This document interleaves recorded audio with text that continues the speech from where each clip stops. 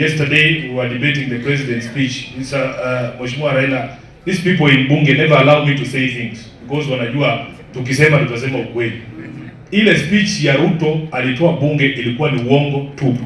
Uongo tupu.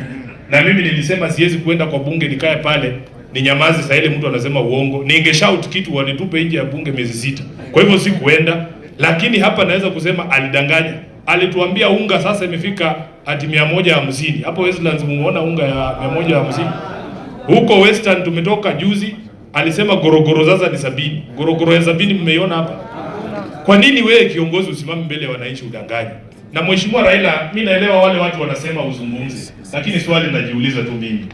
You know, there used to be a politician called Martin Shikuku, walikuwa wanamuita the people's watchman. The people's watchdog, si ndio? Wewe kama uko na umbwa yako ya kukuchunga iko kwa mlango.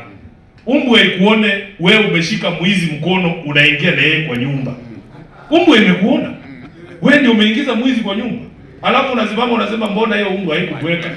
Ibweke aje na imekuona wewe ukiingiza mwizi kwa nyumba. Si inakuamini wewe? Sasa wale watu ambao waliingiza hii serikali kwa mamlaka waache kusumbua wengine wakisema ati tupige kelele. Tupige kelele itatusaidia na nini? Wakati ya kupiga kura ndio the most important time. Mchague viongozi ambao wana maadili ambao wanaweza kuweka maslahi ya wananchi mbele.